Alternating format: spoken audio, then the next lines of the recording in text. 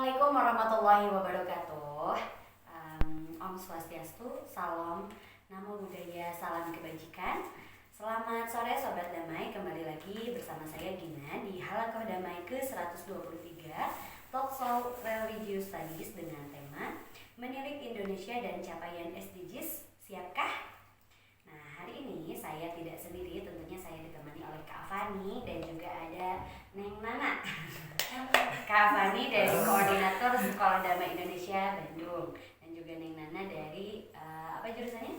Integrated Art. Oh, oke, dari Fakultas Filsafat Unpar ya. Oke. Hari ini hari Rabu tanggal 11 Desember 2024. Kurang lebih 1 jam ke depan kita akan diskusi bareng nih sama Kak Fani. Nah, sebelum dimulai saya akan bacakan dulu kemitraan dari acara ini. Yang pertama ada program integritas terbuka RSCG Indonesia. Yang kedua ada Fakultas Filsafat Universitas Katolik Parahyangan. Ketiga ada Prodi Studi Agama-Agama S2 S3 UIN Sunan Gunung Jati Bandung. Dan juga ada Cipikres Fakultas Filsafat Unpar. Baik, sebelum dimulai juga kita akan ngobrol-ngobrol nih karena banyak yang belum kenal nih sama Kak Fani, kegiatannya sekarang apa gitu ya. Nanti dilanjut sama Neng Nana apa kegiatannya sekarang, kegiatannya apa. Oke, Kak Fani silakan boleh kenalan dulu. Selamat sore teman-teman. Thank you, terima kasih sudah undang saya lagi di sini, Kak Gina dan Kak Nana juga. Perkenalkan saya Fani, saya koordinator regional untuk Sekolah Damai Indonesia Bandung atau Skodi Bandung, satu komunitas yang bekerja untuk memberdayakan teman-teman muda dalam isu perdamaian berbasis perspektif hak asasi manusia. Kegiatan kami kalau untuk yang reguler atau yang biasa itu biasanya setiap hari Sabtu kelas-kelas tematik, kelas-kelas tematik yang memang dibentuk secara bulanan. Bicara tentang agama, konflik itu di bulan pertama, di bulan kedua kita bicara tentang gender, seksualitas, dan di bulan ketiga kita ngomongin politik dan demokrasi. Dan di bulan-bulan berikutnya biasanya teman-teman suka ngusulin bahwa kakaknya saya pengen bahas ini dong. Jadi bebas. Jadi bebas ya, termas gimana usulannya juga boleh. Betul. Oke, siap. Oke, sebelum dilanjut ke materi, mungkin Neng Nana boleh kenalan dulu karena banyak yang belum tahu. Mungkin Neng Nana ya baru pertama kali ya di Talkshow. Kalau di Talkshow, kalau di Instagram udah beberapa kali. Udah beberapa. Oke, silakan Neng Nana. Selamat sore semuanya teman-teman sekalian. Jadi nama aku Renata. Aku berasal dari Universitas Katolik Parahyangan, jurusan Filsafat, Prodi Integrated Art.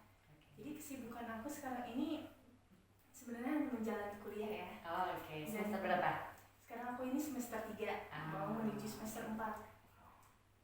Dan ya sih sebenarnya kesibukan aku kuliah aja sih. Lagi banyak ini ya tugas-tugas. Ya, lagi banyak tugas-tugas. Iya, pasti. Semester 3 gitu. Oke, Kak Fani ya, hari ini kita ada di tema Menilik Indonesia dan Capaian SDGs gitu. Nah, SDGs itu apa sih Kak Fani gitu kan? Banyak yang belum tahu, termasuk saya juga ya. Secara garis besarnya itu belum tahu SDGs itu apa. Silakan Kak Iya, Fani. jadi kalau misalnya kita lihat, ini saya sambil bolak-balik lihat laptop juga ya, gitu ya, karena saya juga lagi nulis juga terkait SDGs ini. Ini sebetulnya dalam tanda kutip dampak setelah saya kemarin pulang dari Bangkok. Di bulan November kemarin sebetulnya ini tuh antara iseng sama enggak ya.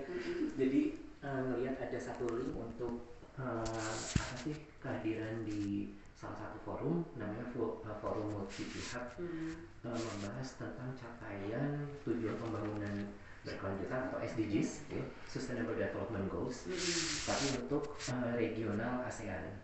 Dan ini diinisiasi oleh Komisi Ekonomi, Sosial, dan Politik dari UN di Bangkok. Ya. Iseng apply, terus ternyata responnya baik. Saya akhirnya diundang juga untuk ke sana. Dan saya juga melihat bahwa pas sampai di sana itu ternyata banyak teman-teman Indonesia juga gitu, dari berbagai perwakilan CSO atau organisasi sipil masyarakat gitu ya. Dan di sana kami semua saling bertukar insight, lalu udah gitu mendengar juga setiap negara itu capaiannya apa aja gitu terkait dengan apa yang sudah dilakukan untuk mencapai sasaran atau target dari tujuan pembangunan berkelanjutan ini. Gitu ya. Forum ini sebetulnya nanti ada lanjutannya untuk yang lebih besar di Asia Pasifik. Itu nanti tempatnya sama juga di Bangkok juga, diinisiasi oleh UN juga ya, atau Perserikatan Bangsa-Bangsa ya, PBB, itu nanti di bulan Februari. Februari 2025. Iya, nanti puncaknya lagi untuk di High Level Forum di New York. Gitu. Tapi untuk High Level Meeting New York ini perwakilan dari organisasi sipil masyarakat itu hanya satu aja. Jadi wow gitu. Seleksi lagi ya. Seleksi lagi gitu ya. Nah, kalau misalnya kita bicara terkait SDGs ya, tujuan pembangunan berkelanjutan ini, sebetulnya inisiasi awalnya itu dimulai dari kepedulian terhadap bumi dan isinya. Ya, kalau kita ngomongin sesuatu yang berkelanjutan, kita harus melihat bahwa kita hidup sebagai manusia, bagian dari populasi regional, lokal, internasional, itu kita hidupnya di mana? Di bumi. Nah, bumi ini makin lama kan makin banyak kerusakannya gitu kan. Betul. Dampak dari pembangunan juga sebetulnya yang kita tidak bisa hindari gitu ya. Nah, dari situ ada satu inisiasi yang memang dimulai dari konferensi tingkat tinggi waktu itu, di konferensi tingkat tinggi bumi di Rio de Janeiro, Brazil. Ya. Waktu itu tahun 92, cikal bakalnya dari situ dulu. Ya, cikal bakalnya dari situ, melihat bahwa ternyata secara realita kondisi bumi itu sudah makin terdegradasi, ya. Apalagi kan dengan tingkat populasi manusia makin lama makin bertambah, itu nggak bisa dihindari juga ya. Lalu di satu sisi kita juga berpikir kondisi sumber daya alam terbatas gitu kan, sementara jumlah manusia makin banyak gitu ya, bertambah gitu. Nah, dari situ otomatis kan dampak negatif yang kita lihat nggak cuma dialami oleh bumi, pasti berdampak juga kepada manusianya juga, populasi manusianya seperti apa. Nah, dengan kondisi keterbatasan seperti itu, maka pada akhirnya PBB memiliki komitmen, yuk kita bisa melakukan apa gitu di sana. Otomatis hal-hal seperti ini juga, maksudnya kalau misalnya hasil pembangunan itu bisa berjalan dengan baik, dampaknya juga positif, maksudnya dengan menyampaikan yang negatifnya dulu gitu ya, itu juga akan berdampak juga ke hal-hal lainnya, contohnya untuk pencapaian perdamaian gitu kan, lalu kemakmuran bagi semua umat manusia. Walaupun sebetulnya realitanya, waduh gitu ya, jumlah manusianya banyak, pembangunan banyak, tapi kondisi bumi makin menurun kayak gitu ya. Nah, pada akhirnya SDGs ini dicetuskan pada tahun 2015 bulan September. 2015. Iya, dengan target pencapaian akhir itu di tahun 2030. Gitu ya. Nah, jadi ada tujuan, ada sekitar 17 tujuan global yang beberapa di antaranya itu terkait dengan akses terhadap sumber daya seperti air, lalu udah gitu kesetaraan gender itu juga masuk, inklusi ya itu sudah pasti, lalu akses terhadap layanan hukum yang kuat itu juga termasuk bagian dari SDGs juga. Ya. Sebentar saya cek lagi ini sih, takut salah juga ya, gitu siap. Beberapa target itu, nah ini dia ya, ya apa sih, ngomongin lingkungan yang jauh lebih layak, udah gitu, oh ya kondisi pekerjaan buruh itu juga termasuk dalam SDGs juga. Akses terhadap layanan publik, kesehatan itu juga bagian dari SDGs gitu. Nah, semua target-target tersebut atau tujuan-tujuan tersebut itu akan berkorelasi erat dengan pencapaian hak asasi manusia juga. Gitu ya. Ada hubungannya. Ada hubungannya karena itu berhubungan dengan hak dasar manusia juga. Oke. ada 17 tadi ya. Betul. Saya juga baca tujuan apa namanya tujuan dari SDGs ya. ini.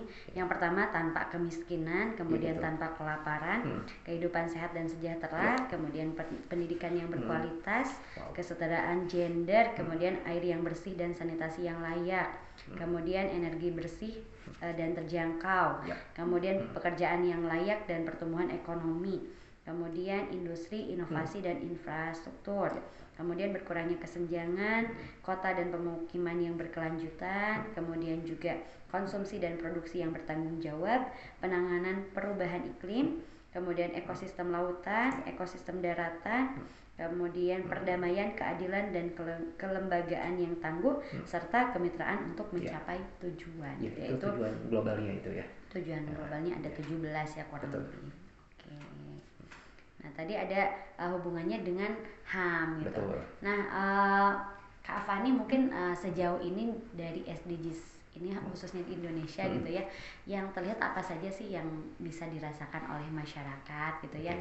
Apa saja sih dampaknya? Terus seperti apa contohnya, mungkin di Indonesia ada beberapa contohnya yang udah dirasakan oleh masyarakat dari SDGs ini, dari tujuan SDGs. Berat banget. ini sebetulnya harusnya aktor pemerintah harusnya jawab. Ini mah sharing aja. Iya. Ini kalau misalnya mau jujur-jujuran gitu ya, seharusnya yang memang sangat mengerjakan proyek-proyek itu tuh sebetulnya pemerintah, karena SDGs ini langsung turunnya ke pemerintah implementasinya gitu. Cuma apa sih pelaksanaan SDGs sendiri pasti akan berkorelasi dengan kerjasama dan partisipasi dari masyarakat gitu ya. Betul. Nah, saya mungkin bisa informasikan ke teman-teman dulu ya bahwa Indonesia tuh sebetulnya mendapatkan respon yang sangat positif dalam pencapaian SDGs itu. Karena setelah yang kemarin ya pas lagi di forum kemarin itu ternyata Indonesia sudah berkontribusi terhadap pengiriman laporan yang kita sebut Voluntary National Report 3 kali ya, dan apa sih hasilnya sangat positif. Jadi dari 193 negara yang memang apa sih turut serta dalam SDGs ini, Indonesia masuk dalam urutan 10 besar. Wih, keren. Bagus banget gitu ya, bagus banget. Berarti kita juga bisa merasa bahwa pemerintah ternyata serius ya, dan aware juga betul ya, sadar gitu bahwa ternyata apa sih kontribusi pembangunan yang ada di Indonesia itu ternyata itu bisa berdampak juga terhadap kehidupan global juga. Karena SDGs ini selain melihat lokalitas, global juga dilihat. Jadi hasil pembangunan yang ada di satu negara itu kita bisa lihat dampaknya keluar juga seperti apa selain ke dalam gitu ya. Betul. Dan itu pada akhirnya yang dijadikan indikator keberhasilan juga. Memang di sini Voluntary National Report berarti apa yang sudah dikerjakan di Indonesia, tapi bukan berarti itu tidak memberikan dampak juga untuk keluar ya. Indonesia kita lihat itu salah satu keberhasilannya adalah bagaimana penerapan inklusi dalam pendidikan itu sangat disorot sekali gitu ya. Bagaimana apa sih inklusivitas dalam pendidikan itu bisa dicapai dengan adanya grafik yang cukup meningkat untuk teman-teman yang mungkin tidak bisa mengakses pendidikan pada awalnya, jadi itu bisa diharapkan merata gitu, dan itu lumayan capaiannya dianggap berhasil gitu ya. Lalu kita juga tidak boleh lupa bahwa dalam konteks COVID kemarin, kita sedikit balik ke belakangnya, konteks COVID Indonesia juga termasuk yang dilihat sebagai negara yang capaiannya berhasil dalam penanganan COVID. Nah ini juga dimasukkan juga ke dalam bagian dari indikator SDGs, karena salah satu target SDGs, tujuan SDGs itu adalah kesehatan juga. Nah itu juga memberikan dampak yang positif gitu ya. Nah tapi kita juga harus bisa melihat juga kalau misalnya kita melihat capaiannya dengan korelasinya dengan hak asasi manusia gitu kan, kita harus melihat juga bahwa inklusi itu kan kita nggak cuma ngomongin satu hal aja ya. Gitu. Inklusi dalam konteks Indonesia juga akan berkorelasi besar juga dengan berbagai macam indeks, seperti indeks demokrasi, itu paling penting. Indeks demokrasi itu juga kan dilihat juga sebagai bagian dari inklusi dan kesetaraan gitu pada akhirnya. Nah sayangnya untuk hal ini mungkin masih ada challenge atau tantangan yang dihadapi oleh pemerintah maupun masyarakat gitu sih. Siap. Dari Neng Nana mungkin ada pertanyaan untuk Kak Fani terkait SDGs ini. Aduh, sebenarnya bahasannya cukup berat ya ini. Jangan susah-susah, please. Jangan susah-susah. Apa sih? Tapi ini juga terima kasih loh, saya diundang ke sini juga. Jadi salah satu masalah terbesar itu adalah bagaimana kita melokalkan isu ini loh. Oke. Bagaimana kita membuat masyarakat semakin aware terhadap isu ini. Jadi kita tidak mau membuat SDGs itu sebagai isu yang sangat eksklusif yang hanya diketahui oleh kita aja. Iya betul. Iya. Silakan. Maaf. Gak apa-apa. Dari tadi kan kita udah itu ya udah sering mention gimana sebenarnya SDGs ini tuh memperhasilkan positif di Indonesia tuh. Tapi sebenarnya dari semua penghasilan yang ada ini tuh apa sih kesulitan terbesar Indonesia untuk mencapai nilai-nilai positif ini yang akhirnya tuh keberhasilannya tuh bisa diakui oleh global gitu. Nah, jadi kalau berdasarkan yang saya lihat kemarin selama forum 4 hari itu ya, saya merasa bahwa kita juga masih melihat bahwa ada beberapa aspek yang perlu diperbaiki. Maksudnya memang ada hal-hal yang memang belum bisa dicapai ya, tapi semoga dalam sisa waktu hingga 2030 nanti masih ada sisa waktu ya untuk apa sih kita semua bisa sama-sama kerja gitu di situ. Masalah akses kalau saya lihat sih akses. Okay. Akses ini merupakan hal yang sangat krusial ya, sangat penting. Karena kita lihat bahwa lapisan masyarakat itu kan di Indonesia banyak sekali ya.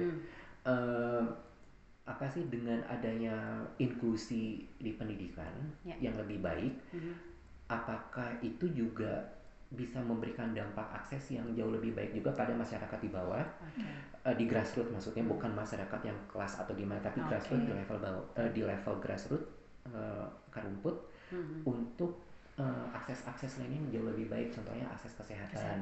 Kita sudah punya BPJS, tapi kan banyak juga masyarakat yang masih belum bisa mengakses itu ya. Lalu kalau misalnya dalam tata perkotaan misalnya ya, nah kita sampai melihat apakah kayak misalnya jalan atau trotoar itu sudah cukup layak untuk semua lapisan masyarakat tanpa terkecuali. Ya. Bagaimana dengan teman-teman yang mungkin penglihatannya kurang, akses penglihatannya kurang, visibilitasnya kurang kayak gitu ya, aman atau tidak gitu buat mereka. Nah, sayangnya sih Indonesia itu mungkin masih belum bisa memenuhi itu ya. Padahal Indonesia itu sudah mencantumkan tahun inklusi 2030, dan pada saat itu kebanyakan yang diundang itu adalah teman-teman yang mewakili kelompok difabel. Ya itu. Jadi apa sih Indonesia ingin memperkenalkan bahwa ramah juga loh gitu, fasilitas segala macam gitu. Pada saat itu iya memang ya, tapi pada implementasinya mungkin masih berproses gitu ya. Tapi semoga lah gitu ya, karena Indonesia ini kan nggak cuma untuk teman-teman yang seperti kita gitu, tapi kan untuk semua gitu ya. Akses ya. Begitu pula ketika kalau misalnya kita reflect balik ke COVID kemarin ya, bagaimana semua akses kan tiba-tiba berubah menjadi digital semua ya. Nah, gitu. Kita juga harus bisa melihat bahwa masih banyak loh masyarakat yang belum bisa mengakses digital platform atau media-media digital untuk kebutuhan mereka gitu ya. Jangankan mereka, saya aja masih gagap ya. Jujur ya. Iya, betul. Kita dipaksa gitu ya, Kak Fani ya. Betul. Dipaksa untuk bertransformasi. Iya. Karena apa sih situasi yang sangat tidak memungkinkan pada saat itu untuk bertemu dengan orang gitu ya. Kapasitas kita mungkin bisa jadi bisa beradaptasi dengan mudah, ya. Tetapi bagaimana dengan teman-teman dari lapisan yang lain gitu ya? Apa sih di satu sisi kita juga harus melihat bahwa ini kan terkait dengan akses teknologi informasi ya, dan juga komunikasi. Bagaimana dengan infrastruktur di daerah-daerah gitu ya? Kalau misalnya memang semua harus menjalani proses digitalisasi ini gitu ya. Oke. Aksesnya ya. Oke, jadi berarti yang unggulnya itu di inklusi di pendidikan ya. Betul. Kalau yang unggulnya Sama tapi kesehatan juga sama ya. kesehatan. Oke. Tapi mungkin di bagian lain masih berproses ya Kak Masih Afani ya. berproses. Semoga hingga 2030 nanti Grammy-nya jadi bagus lah gitu. Cereng gitu ya. Mudah-mudahan ya semuanya bisa merasakan dampak dari SDGs ini. Betul. Salah satu tantangannya juga adalah bagaimana teman-teman dari organisasi masyarakat sipil atau OMS seharusnya bisa lebih humble ya. Lebih humble dalam mentranslasi isu SDGs. Jadi maksudnya kita jangan secara mudahnya kita jangan pakai istilah yang rumit jelimet gitu. Jelimet. Ya, atau ya harus dikenal. Ya, maksudnya kita terbiasa dengan istilah yang memang sangat teknis atau apa, tapi dalam komunikasi terhadap teman-teman masyarakat, ayolah kita sama-sama humble aja gitu, dan kita juga memposisikan sama-sama setara gitu ya. Betul. Enaknya kayak gitu ya, semoga. Nah, mungkin Kak Afani tantangan juga kepada masyarakat itu tadi misalnya tidak mau aware terhadap isu ini atau mungkin ada yang belum sampai gitu ya, isu ini tuh belum sampai ke mereka atau bahkan merekanya ini tertutup terhadap isu-isu seperti ini. Kalau misalnya ada beberapa misalnya tertutup karena pembangunan berkelanjutan ini dampaknya lebih banyak negatif mungkin gitu ya, mereka berpikirnya seperti itu gitu. Nah, bagaimana caranya kita itu biar bisa mengedukasi, mungkinnya kalau edukasi tapi dengan cara yang mudah gitu, mudah dipahami oleh masyarakat, mungkin terkait dengan isu pembangunan berkelanjutan. Jadi sebetulnya bukan hal yang harus dispesifikkan gitu ya. Jadi kayak misalnya harus ada workshop tertentu atau apa kayak gitu ya. Kalau misalnya saya mau lihat, pemerintah dan aktor-aktor negara itu adalah kunci paling utama. Karena SDGs itu masuknya ke mereka dulu, tanggung jawab besarnya ada di mereka gitu ya. Terutama di Bappenas, nanti kan mereka akan mendeliberasi proyek-proyek yang memang itu kaitannya berhubungan dengan kesejahteraan dan kemakmuran masyarakat. Semoga. Ya, oke. Tapi saya juga ingin mempermudah dalam beberapa konteks. Dalam arti begini loh ya. Dari hal simpel aja. Urus KTP. Itu kan berarti akses terhadap fasilitas publik yang memang di akses informasi juga gitu ya. Akses kependudukan. Nah, itu adalah kalau misalnya semua sudah dipermudah, itu menjadi bagian dari pencapaian SDGs juga. Iya, betul. Bahkan kemarin juga saya sempat dengar tuh untuk kemudahan perpanjang SIM. Kan biasanya kan SIM itu kan kita itu per 5 tahun sekali kan perpanjang. Nah, kemarin itu ada masukan biar SIM itu diperpanjangnya hanya 1 kali seumur hidup aja gitu. Jangan sampai masyarakat itu ribet lagi ngurus lagi perpanjangan SIM. Betul. Nah, itu juga mungkin bagian dari capaian. Itu bagian dari capaian juga. Kan itu juga berhubungan dengan akses layanan publik gitu ya. Layanan publik, fasilitas publik gitu. Itu layanan banget gitu. Dan itu juga menjadi indikator kuat juga untuk keberhasilan SDGs gitu ya. Walaupun mungkin harus dikritisi juga dalam kayak misalnya untuk masalah SIM tadi ya.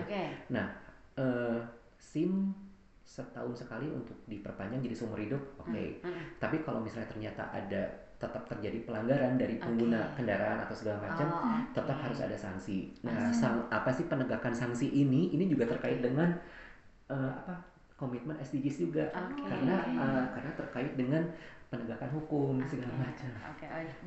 Jadi di sisi lain mungkin boleh dipermudah untuk peraturan tadi mungkin ya. Tapi mungkin di sisi lain juga harus diperhatikan apakah dengan kemudahan ini masyarakat itu jadi lebih mudah atau jadi lebih seenaknya nih. Nah gitu. Itu kan kita tahu banget ya.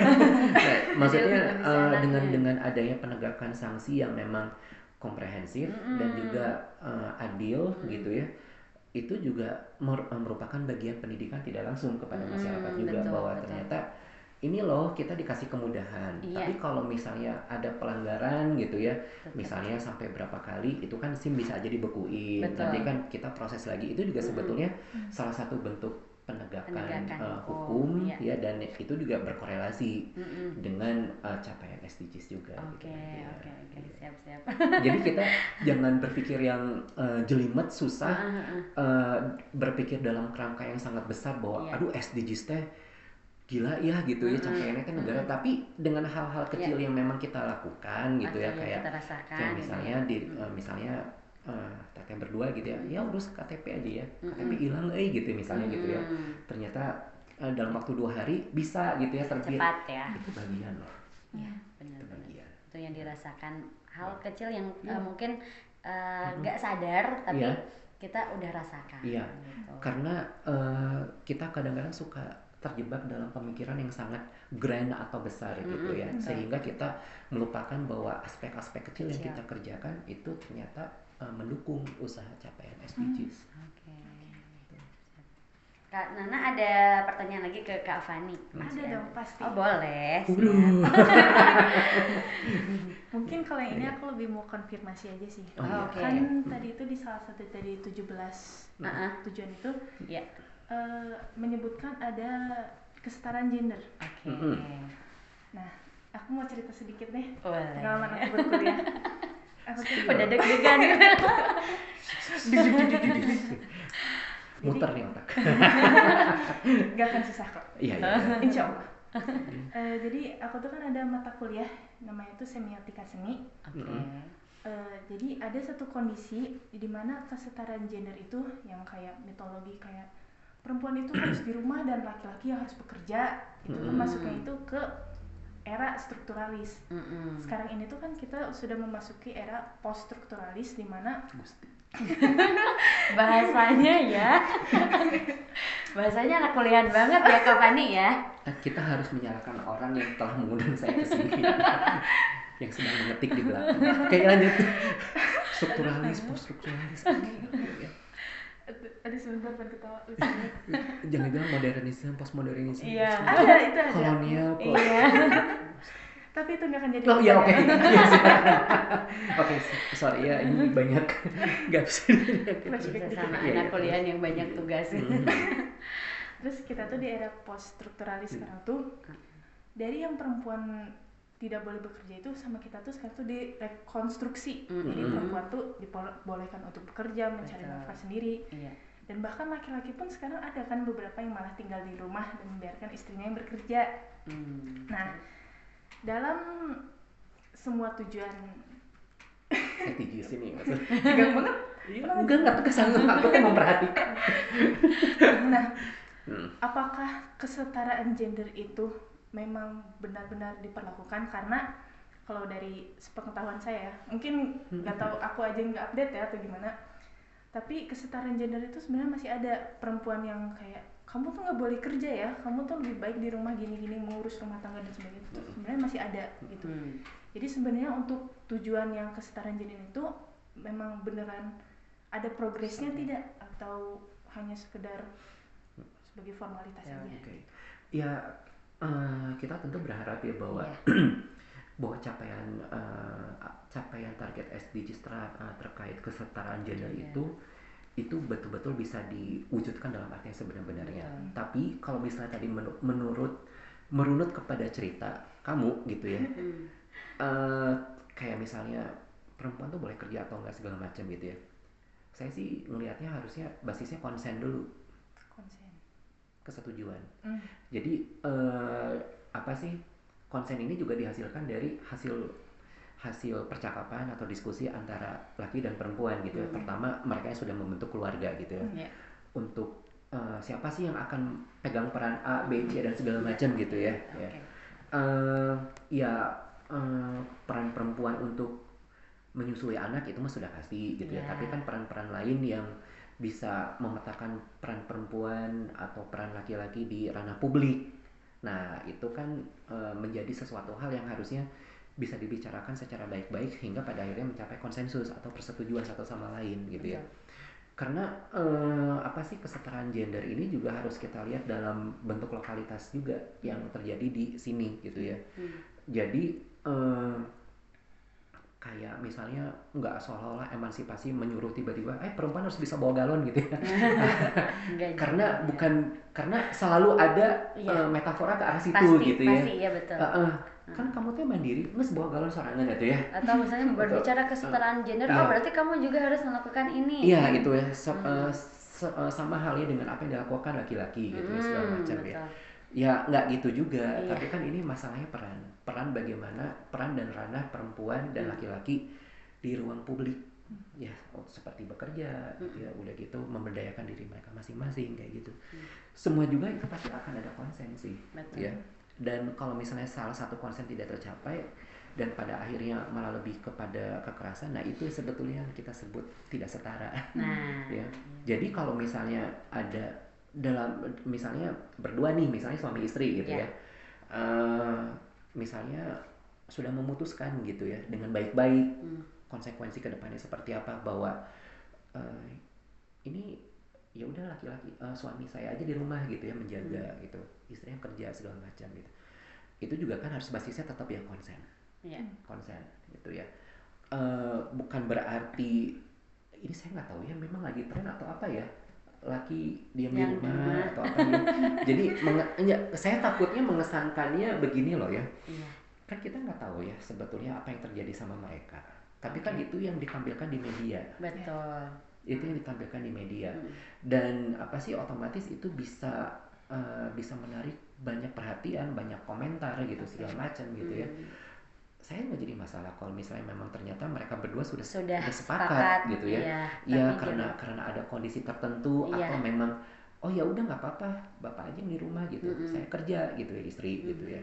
Atau misalnya bahkan ketika perempuan memutuskan untuk jadi ibu rumah tangga secara full, dengan catatan dia sudah sama-sama sepakat gitu ya. Dan di satu sisi saya yakin kok perempuan juga tidak keberatan juga untuk mengambil peran sebagai ibu rumah tangga gitu, karena itu pun juga bagian dari pekerjaan loh sebetulnya gitu. Dan ketika suaminya bisa menghargai itu gitu ya, dengan perlakuan yang jauh lebih setara juga gitu, why not gitu kan. Tidak ada yang salah kok perempuan menjadi ibu rumah tangga, dan tidak ada yang salah juga ketika suami menjadi bapak rumah tangga gitu ya. Cuma konstruksi kesepakatan itu paling penting, satu. Yang kedua memang sih konstruksi masyarakat yang masih patriarkis tuh ya. Nah iya betul. Salah tuh deh, kadang-kadang ngelihat suami di rumah gendong-gendong anak, orang tuh ngelihat, nah ya bapaknya nggak kerja malah jadi istrinya gitu ya. Dan biasanya kan konstruksi patriarkis ini selalu dikaitkan dengan agama. Betul. Iya, betul Kak Fani. Iya. Dan tadi Kak Fani sempat menyinggung ini tuh udah lagi tren atau gimana gitu, laki-laki di rumah gitu. Tapi jangan sampai ini tuh ditiru karena ada misalnya kalau sekarang gitu ya, fokusnya itu kan ke influencer atau ke orang yang dia di publik itu kuat lah gitu. Jadi kita tuh condongnya ke mereka gitu, ngikutin gitu. Nah ini juga kok tinggal di rumah atau suaminya yang di rumah terus istrinya yang bekerja gitu. Jangan sampai hanya mengikuti aktris atau si pengaruh ini si pengaruh ini gitu ya. Tapi harus punya kesepakatan tadi di antara relationship itu sendiri gitu ya. Kalau misalnya memang keputusannya istri yang harus di rumah, ya itu berarti kesepakatan di antara relationship itu sendiri atau kebalikannya. Dan relationship itu kan memang harus setara ya. Setara dalam arti perempuan bisa mengemukakan isi kepalanya, isi pikirannya, yang laki-laki juga sama gitu. Jadi tanpa perlu bergesek lah gitu ya. Ujung-ujungnya KDRT atau apa. Kan suka apa sih, ada ada juga kayak misalnya KDRT itu terjadi gara-gara memang relasi kuasa timpang gitu dalam satu hubungan gitu kan. Karena mungkin proses diskusi tidak tercapai dengan baik hasilnya, jadi ujungnya gebuk-gebukan. Nah itu karena ketidaksepakatan tadi iya. Balik sih konsen kalau kata aku Mai. Jadi ketika perempuan memang memilih untuk bekerja, dan pada akhirnya dia juga melakukan tugasnya sebagai ibu rumah tangga juga, itu dilakukan secara sadar gitu ya. Dan apa sih yang paling enak tuh ya kalau misalnya baik perempuan dan laki sama-sama paham gitu ya konsekuensi yang saya lakukan sekarang apa, ke depan seperti apa gitu. Balik lagi konsen. Atau bahkan mungkin bukan hanya secara teori gitu ya, kalau dilihat untuk sekarang gitu ya, kesetaraan gender mungkin sudah banyak hal-hal yang didapatkan oleh kita semua gitu ya, termasuk masyarakat itu. Kesetaraan gender ini bukan hanya teori aja, tapi banyak manfaat yang udah didapatkan. Atau misalnya tadi Kak Nana gitu bertanya apakah ini tuh hanya sebatas teori atau memang ada dampak yang didapatkan gitu. Sebenarnya udah ada gitu, tapi balik lagi tadi misalnya kalau misalnya udah menjalin hubungan atau relationship itu ada kesepakatan tersendiri. Atau mungkin udah merata nih kesempatannya untuk semua orang, tapi ada juga yang tidak ambil. Misalnya tadi ada kesepakatan di antara suami dan istri, ada kok kesempatan untuk istri untuk bekerja di luar rumah atau explore dirinya lebih ini ya gitu, tapi dia lebih baik mengambil peran sebagai ibu misalnya gitu. Itu sudah ada gitu, aksesnya udah bisa didapatkan, tapi itu balik lagi ke diri sendiri mau ambil atau enggak. Nah ini masalah yang tadi kayak misalnya akses perempuan untuk bekerja segala macam, itu juga bisa menjadi bagian dari target pencapaian SDGs juga untuk kesetaraan gender. Selain juga yang saya tangkap kemarin itu bagaimana negara bisa responsif untuk menangani kasus-kasus kekerasan terhadap perempuan. Itu juga bisa menjadi bagian dari target pencapaian SDGs untuk kesetaraan gender juga gitu. Karena nanti itu kan nyambungnya kemana-mana ya. Kayak misalnya memang kita ngomongin kekerasan terhadap perempuan ya, otomatis kan kita juga akan merangkum laporan dari berbagai macam pihak gitu kan, dari aparat kepolisian ya segala macam, itu kan dijadikan satu catatan. Nah sampai masalah penanganannya itu kan berarti nanti akan berkorelasi dengan penanganan hukum dan pelaksanaan institusi yang kuat. Nah itu tuh nyambung ke situ nanti ya. Jadi kalau kita bicara kayak misalnya kesetaraan gender, nanti tuh nyambung kemana-mana juga gitu ya, penanganan segala macam dalam aspek SDGs gitu.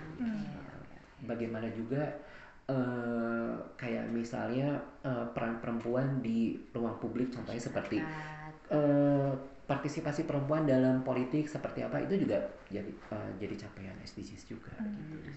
Nyambung karena saya juga pas skripsi Kak Fani nulisnya itu tentang peran perempuan juga, peran perempuan di agama dan masyarakat kalau secara garis besarnya. Jadi perempuan itu bagaimana bisa menjalankan perannya di rumah, kemudian dalam agama atau masyarakat gitu. Itu udah ada kok banyak contohnya atau dampak-dampak yang dirasakan oleh masyarakat gitu, khusus untuk perempuan gitu. Nah ini akses infonya bisa lewat Bappenas atau Kementerian PPRA. Kementerian PPRA ya. Oke, balik lagi tadi ya Kak Fani, saya mau bertanya tentang aspek HAM ini gitu ya. Tadi saya baca sendiri sedikit ya tentang kebebasan beragama, bersuara dan demokrasi gitu. Nah kemarin kan ada sedikit ini ya catatan kritis ya, baru-baru ini ada kegiatan perayaan tahunan Jalsah Salanah yang diselenggarakan di komunitas Jemaat Ahmadiyah di AI di Manislor ya. Nah itu tuh gimana sih Kak Fani kasusnya, atau tanggapan dari Kak Fani aja ini, tanggapan soalnya tadi seharian juga ngebahas itu juga tanggapan aja gitu yang berkaitan dengan SDGs tentunya. Iya pasti. Kan salah satu capaian target SDGs itu adalah kita melihat indeks demokrasi. Nah, indeks demokrasi itu kan ada apa sih beberapa faktor atau aspek di dalamnya, kayak misalnya hak demokrasi seperti apa, hak politik seperti apa, kebebasan untuk beropini, bersuara, hingga kebebasan untuk beragama ya. Nah itu kalau misalnya kita melihat indeks demokrasi secara global di Indonesia, ternyata Indonesia itu masuk di urutan sebentar ya. ya anggaplah jeda. Jadi Indonesia itu masuk ke urutannya cukup rendah ya, karena Indonesia itu dimasukkan dalam laporan demokrasi indeks di tahun 2023 yang dirilis di 2024 berdasarkan survei dari Economics Intelligence Unit. Ya. Itu kategori Indonesia itu demokrasinya adalah flawed demokrasi atau demokrasi yang cacat, karena banyaknya pelanggaran terhadap hak politik demokrasi dan terkait hak kebebasan beragama juga. Tuh. Terkait apa yang terjadi di Manislo itu ketika acara sebelum mulai udah gitu kan dibatalkan ya. Dibatalkan. Tadi saya dengar cerita dari beberapa penggiat di Ahmadiyah juga. Jadi itu ternyata acaranya kan nasional ya. Jadi ngundang teman-teman komunitas Ahmadiyah dari berbagai penjuru Nusantara gitu ya. Udah jauh-jauh datang. Udah jauh-jauh, bahkan ada yang melewati perjalanan itu pakai laut. Iya. Yang udah hari-hari. Iya, yang berhari-hari itu bayang gitu ya. Mereka udah mau sampai di tempat, tapi ternyata mereka tuh bahkan belum sampai tempat karena sudah dapat pengumuman bahwa ini kita lagi nunggu dulu ya, acara akan terus atau tidak gitu. Ada yang nunggu konfirmasi. Ada yang nunggu di rest area segala macam gitu sampai akhirnya keluar rilis dari pengurus bahwa ini acara dibatalkan. Kebayangkan gitu ya. Dibatalkannya untuk keseluruhan. Untuk keseluruhan tanpa terkecuali gitu ya. Nah, jadi saya sih ngelihatnya begini. Aduh, buka-bukaan atau enggak ya? Aduh ya. Kan ada aparat pemerintah juga yang memang berkontribusi terhadap pelarangan acara ini gitu ya. Mereka juga pasti punya alasan gitu ya. Kenapa mereka merasa harus memberhentikan ini ya. Selain adanya masukan dari pihak luar gitu ya, ormas-ormas keagamaan dari luar, atau misalnya masyarakat yang memang merasa keberatan untuk acara ini dimulai ya. Yang mengherankan itu sebetulnya acara ini tuh udah bertahun-tahun terjadi gitu ya. Bukan hanya nggak cuma setahun ini doang gitu ya, udah dari dulu kapan juga udah ada gitu ya. Dan biasanya juga mengundang pihak-pihak seperti bahkan beberapa orang dari kementerian juga dulu sempat datang juga ke acara itu ya, dan relatif tidak ada gesekan atau apa gitu. Nah, tapi kan kita melihat mungkin bisa jadi ini ada political pressure gitu, tekanan politik gitu. Udah gitu ada tekanan dari masyarakat, walaupun sebetulnya saya juga bingung masyarakat yang mana gitu ya. Karena sebetulnya kalau dari konfirmasi dari teman-teman Ahmadiyah sendiri, masyarakat lokalnya biasa aja gitu, karena udah biasa gitu tuh ya, udah biasa gitu. Dan di tempat yang sama. Ya. Karena saya juga dulu pernah ke sana di tahun 2019 ya. Ya ukurannya nggak terlalu jauh lah gitu ya, 2019, 2024 ya 5 tahun berselang gitu. Saya melihat kiri kanan masyarakat, ya kiri kanan masyarakat, nggak, maksudnya saya waktu itu datang bukan terkait dengan perayaan ini, tapi live in waktu itu ya. Dan saya merasa kiri kanan biasa aja tuh sama teman-teman Ahmadiyah gitu ya, tidak ada gesekan kayak harus di demo atau apa gitu, enggak ya. Nah, tapi saya melihat bahwa sebetulnya pelarangan yang dilakukan oleh aparat pemerintah ada dua sisi sebetulnya ya. Saya bilang itu salah, karena aparat pemerintah itu harusnya melindungi kebebasan beragama. Betul. Dan apapun aktivitas keagamaan itu, karena itu kan dijamin di UUD 45 ya, konstitusi kan. Ada di pasal 28 lah gitu ya. 28 29 ya, lupa lagi tuh saya juga. Maaf ya teman-teman, aduh saya tahu untuk kayak ginian. Tapi di satu sisi juga kita tidak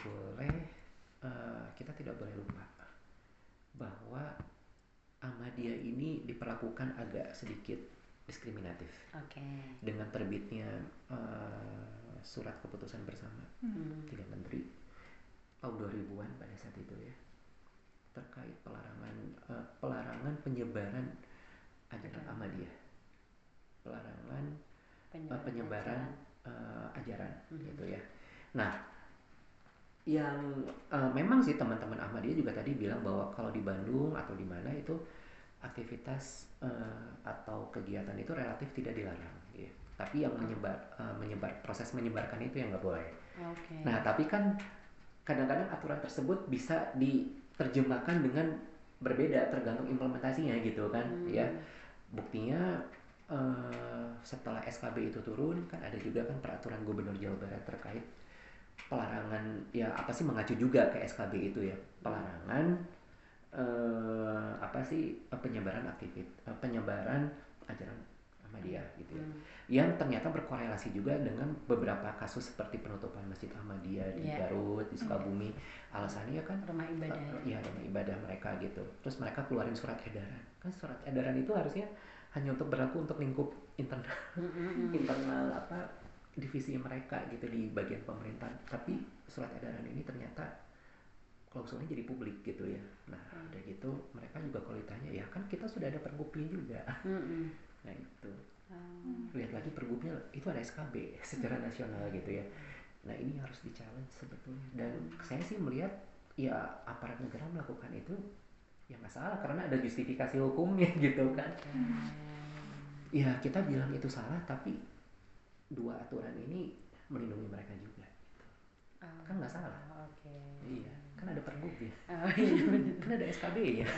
Iya benar. Iya. Di satu sisi nggak salah juga, tapi di sisi lain betul. Jadi intinya itu ada peraturan yang memang melindungi para aparat ini untuk melakukan tindakan seperti yang tadi pelarangan jasa salana itu. Iya. Ya apa sih, kita melihatnya sangat disayangkan bahwa ya aparat pemerintah seharusnya melindungi mereka sebagai bagian dari warga negara gitu ya. Nah itu juga menjadi salah satu catatan yang sangat krusial juga gitu untuk mempengaruhi berbagai macam indeks HAM, indeks demokrasi, termasuk nanti SDGs ini juga gitu ya. Memang ya sebetulnya saya juga harus sadar juga bahwa tidak akan ada yang sempurna gitu ya dalam pencapaian, dalam upaya-upaya pencapaian target SDGs ini. Nothing is perfect. Tapi kita berusaha untuk mengerjakannya dengan baik. Dan tentunya partisipasi masyarakat. Iya betul. Penting, ya. Siap. Kak Fani, mungkin ini sebagai closing statement aja gitu ya dari Kak Fani. Karena hampir mendekati pukul 18.00 ya. Pernah dengar ya, kita dibalikin lagi gitu. Ya, itu kan upaya baik juga gitu ya. Dan apa sih bagaimana pada akhirnya kalau misalnya memang kalau misalnya memang aktor pemerintah atau negara itu memang kurang resource kan bisa minta tolong ya sama masyarakat juga, libatin gitu ya. Ya jadi jangan cuma berdalih bahwa aduh kita tidak punya sumber, tapi ini masyarakat masih banyak loh gitu ya. Yuk kita sama-sama kerjasama aja gitu. Mungkin itu yang bisa menjawab, semoga bisa menjawab ya. Siap. Gitu. Udah cukup Kak Nana? Sudah cukup. Oke, ada tambahan lagi Kak Fani? Saya cuma ingin kasih tahu juga bahwa kerjasama antara negara atau pemerintah dan juga masyarakat itu menjadi segitiga yang sangat kuat untuk pencapaian SDGs. Siap. Terima dan kasih. Jangan terlalu berpikir yang besar-besar gitu ya. Kita dari hal kecil ya. juga. Itu capaian yang luar biasa. Siap. Terima kasih Kak Fani. Aplaus dulu Kak Fani. Terima kasih Kak Fani udah bersedia menjadi narasumber di Halakoh Damai. Selalu bersedia ya, selalu bersedia. Terima kasih banyak juga ilmunya, mudah-mudahan bermanfaat dan juga ini ada dampaknya untuk masyarakat atau aktor pemerintah juga ya tentunya, karena tadi kunci utamanya di pemerintah, kemudian tadi segitiganya berkaitan antara negara, aktor pemerintah dan masyarakat. Semuanya harus aware gitu ya. Baik, untuk Talk Show Halakoh Damai ke-123 ini usai sudah Kak Fani. Terima kasih Kak Nana juga. Terima kasih sudah bergabung di sini. Mudah-mudahan kita ketemu lagi di kelas-kelas lainnya atau di talk show lainnya ya. Baik, saya akhiri. Terima kasih Sobat Damai juga yang sudah bergabung.